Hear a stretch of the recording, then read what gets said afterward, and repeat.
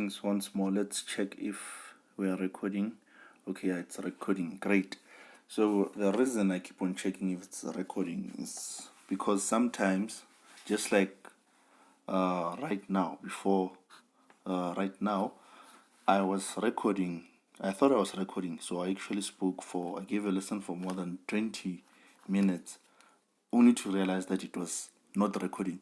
So I apologize if I don't sound enthusiastic about this lesson, because what I'm saying I've just told myself for the past 20 to 30 minutes. But then nonetheless, let's continue with the lesson. So it's about fundamentals once more. Right now we're dealing with the economic calendar on your investing.com app. The last lesson we're talking about if the actual comes in stronger or weaker than the consensus or forecast, and also the pair will rise, the currency will rise or fall, it will be weak or be strong. Okay, let's just use weak and strong. Weak is for fall and strong is for rise. So I didn't include another part whereby you find that I'm not talking about manipulation, whereby you find that the actual reading, this is the actual, just a quick recap. This is the actual reading comes in higher than the forecast, but then the currency becomes weak. Usually when the actual, remember from the past lessons, when the actual comes in higher than the forecast or consensus, it should be strong, it should be bullish for the currency. The currency should be strong during those news releases. But then we have an instance whereby the forecast comes in, the actual comes in higher than the forecast, and it's negative. And it's not a manipulation, it's the way it should be. It's how, it's just how it should be. If the actual reading for this news release comes higher than the forecast, it should be negative instead of positive for the currency. And if the reading comes in lower than the forecast, it should be positive for the currency instead of negative. The currency should be strong instead of weak. So this actually opposes what we are used to. It opposes the norm of how the market should be reacting. So these instances are when we're dealing with unemployment rate, the jobless claims, and also crude oil inventories. So I'll explain why. But then first, let's just look at this example we have here. Just a quick recap. The actual came in lower than the forecast. That's why it's in red. Then it shows weakness for the GBP currency. Then here we have JOLTS, job openings, USD. The actual came in higher than the consensus or forecast, which was positive for the USD currency. It was strong. The USD was strong here, then GBP was weak here. So now that's that. Let's now move on to instances where the opposite is observed. That's where we deal with, as I mentioned before, unemployment rate and also the initial jobless claims, something which has to deal with unemployment. If unemployment is rising, this is what you should know. This is okay. If unemployment is rising, that's weak for the economy. That's weak for the country. That's bad news. That's negative news for the economy or the country if unemployment is rising. Hence, if the actual reading of the unemployment rate increases, then it's colored in red and the currency becomes weak. So let's take a look at an example here. Let's take a look at an example here with CAD. Let's take an example with CAD. So you see the unemployment rate here. The unemployment rate came in higher. The reading came in higher than the actual reading came in higher than the consensus or the forecast. So it was negative for the currency. Although it came in higher, it was negative. So even if you look at the initial jobless claims, the actual reading was higher than the forecast. It was negative for the currency. Because when more people are getting unemployed, it's negative. It's something which you know. If people are getting unemployed, it's negative. So here's another thing which you might have not noticed. If you just click on the event, it tells you what the event entails. Okay, I clicked something by accident.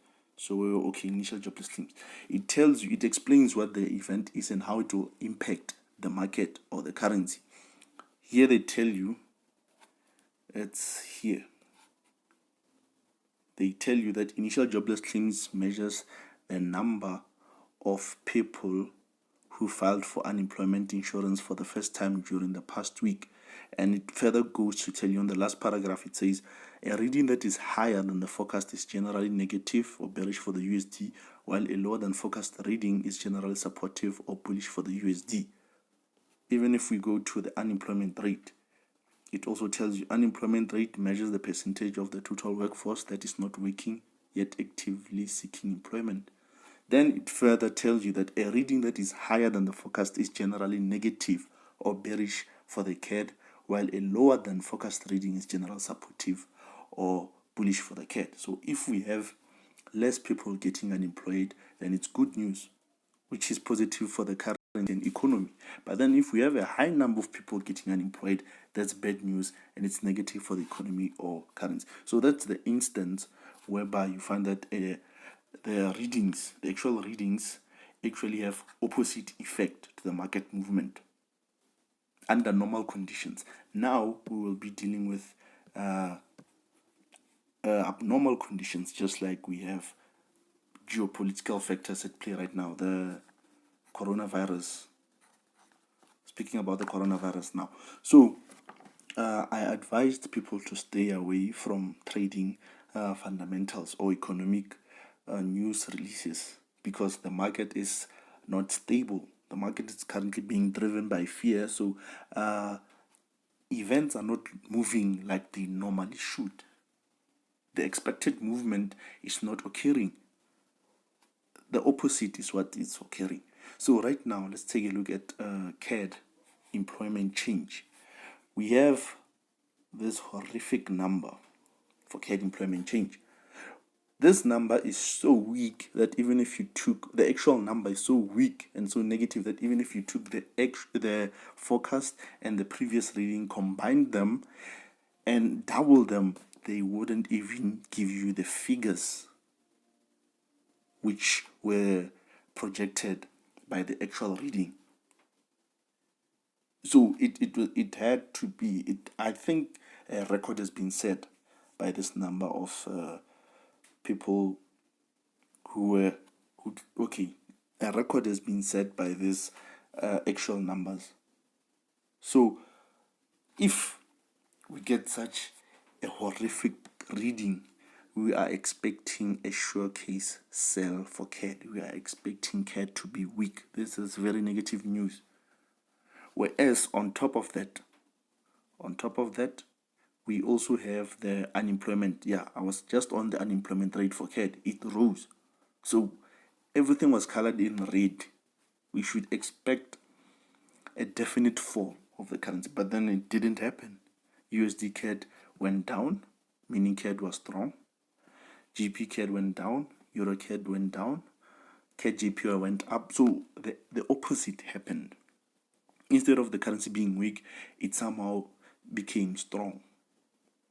Only AUD and NZD CAD were the ones which rose, which acted accordingly. So you see, it was mixed reactions from the market, whereas it should have just been one tone of a sell.